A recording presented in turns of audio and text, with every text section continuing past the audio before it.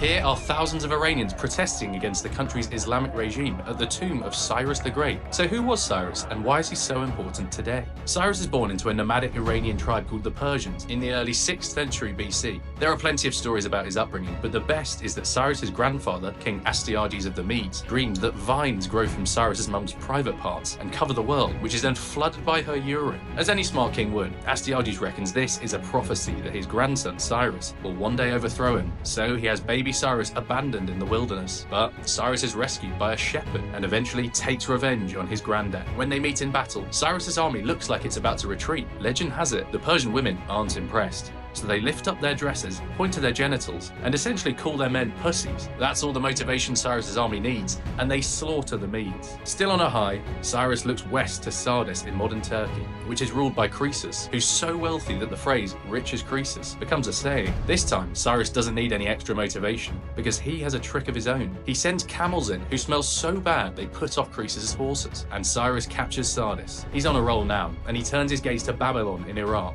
It's the greatest city in the ancient world, famous for its hanging gardens, but by now, Cyrus has a fearsome reputation, so the Babylonians welcome him as a king. The boy who grew up a nomad in a tent now rules more territory than anyone in history. It would become known as the Achaemenid Empire. We've heard about Cyrus the Conqueror so far, but in Babylon he earned his reputation as a benevolent ruler. He respects the gods and even lets the Jews rebuild their temple in Jerusalem. He writes all this down in the famous Cyrus Cylinder, which some have called the first charter of human rights. That's a stretch. Cyrus took slaves and slaughtered his enemies, but he was remarkably tolerant of other cultures. So from Rome to Babylon, he becomes the template for the just ruler. For many Iranians, he's the founder of their nation and of a history that long predates current Islamic rulers. For those who oppose the Ayatollahs, Cyrus is a powerful symbol of resistance. So what do you think makes a great ruler? Like, follow, and repost for this series on historic lives.